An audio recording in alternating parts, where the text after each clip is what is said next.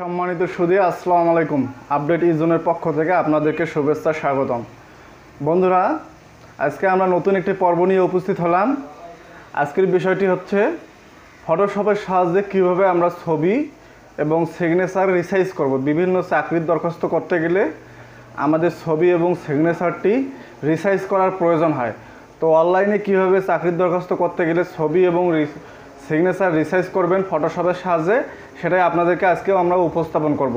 তো বন্ধুরা, আমাদের ভিডিওগুলো ভালো লাগলে অবশ্যই আমার চ্যানেলটিকে সাবস্ক্রাইব করবেন এবং পাশের বেল আইকনে ক্লিক করবেন।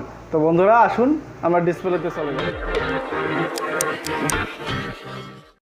বন্ধুরা, ডিসপ্লেতে স্বাগতম। আমরা আজকে শিখব কিভাবে ফটোশপের সাহায্যে বিভিন্ন চাকরির দরখাস্ত করতে গেলে ছবি রিসাইজ করতে হয়। তো আমরা প্রথমে ফটোশপটা ওপেন করে নেব। আমাদের ফটোশপ ওপেন হয়ে গেছে। তো আমরা এখন ছবি, আমার স্ক্রিনে দেখতে পাচ্ছেন দুইটা ছবি এবং একটা সিগনেচার আমি স্ক্যান করে নিয়েছি। এই দুটো আমি সিলেক্ট করে ড্র্যাগ করে নিয়ে ফটোশপের ওপরে ছেড়ে দেবো। যাই হোক, আমাদের সিগনেচারটা প্রথমে আসছে, তো আমরা সিগনেচারটা মিনিমাইজ করে রাখলাম। আমরা প্রথমে ছবির কাজটা করব।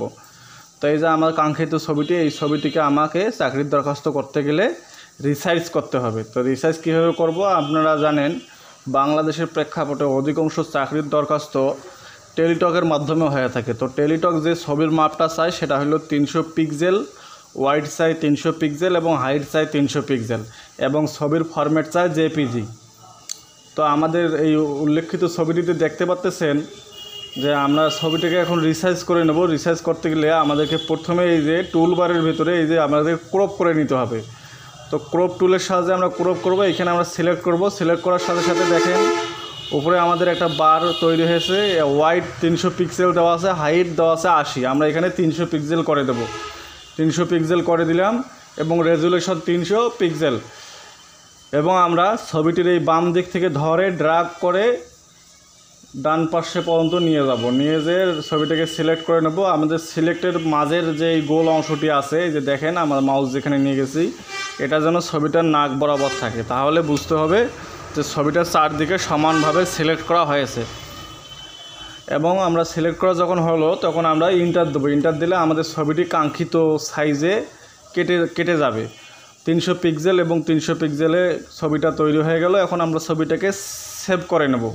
তো সেভ করতে গেলে ফাইলে যাব। ফাইলে যে কন্ট্রোল, এই যে সেভ অ্যাজে করে আমার ডেস্কটপে মেহেদি ছবির নাম আমরা 300 পিক্সেল দিয়ে এই যে ফরম্যাট, এই ফরম্যাটটা কিন্তু খুব গুরুত্বপূর্ণ। এখানে বিভিন্ন ফরম্যাট আছে।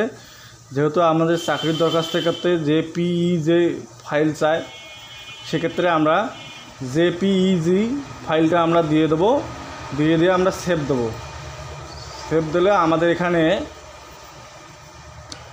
ছবির কোয়ালিটি স্মল ফাইল না লার্জ ফাইল, আমরা মিডিয়াম, মোটামুটি মিডিয়াম 6 অথবা 7 রাখার চেষ্টা করব। রেখে আমরা ওকে দেব। দেখেন আমাদের ছবিটা ডেস্কটপে দেখি মেহেদি, এই যে মেহেদি 300x300 আমাদের ছবিটা কাঙ্ক্ষিত রূপে কাটা হয়ে গেছে। এখন আমরা এটাকে চাইলে ওয়েবসাইটে আপলোড করতে পারবো খুব সহজে। এবার দেখাবো সিগনেচার। এই যে সিগনেচার আমি মিনিমাইজ করে রেখেছি, এই সিগনেচারটা স্ক্যান করে রেখেছি। এইটা কীভাবে আপনারা রিসাইজ করবেন? এটা ওই একই নিয়মে রিসাইজ করবেন। সিগনেচারের ক্ষেত্রে ওরা চায় হলো ওয়াইড 300 পিক্সেল এবং হাইট 80 পিক্সেল। তো আমরা সেক্ষেত্রে এখানে আমরা আবার ক্রপ টুলে সিলেক্ট করব। সিলেক্ট করার পরে এখানে ওয়াইড দেওয়া আছে 300 পিক্সেল এবং হাইট দেওয়া আছে 300। এটাকে আমরা 80 করে দেবো। 80 করে আমরা ছবিটাকে এভাবে ধরে এভাবে সিলেক্ট করে মাঝ বরাবর রাখবো। যদি আমাদের কেটে যায় তাহলে এভাবে আমরা আরও বাড়াই দেব। বাড়াই দিয়ে এরকম করে ছবিটাকে সিলেক্ট করে ইন্টার চাপবো। ব্যাস, আমাদের সিগনেচারটাও প্রয়োজনীয় সাইজ মোতাবেক কেটে গেল। তখন আমরা এটাকে আবার সেভ দেবো। ফাইলে যেয়ে সেভ অ্যাজ মেহেদি সাইন 300x80 পিক্সেল, এটা দিয়ে আমরা ডেস্কটপে সেভ দিলাম। তো বন্ধুরা, আমাদের সিগনেচার এবং ছবিটি কাঙ্ক্ষিত রূপে কাটা এবং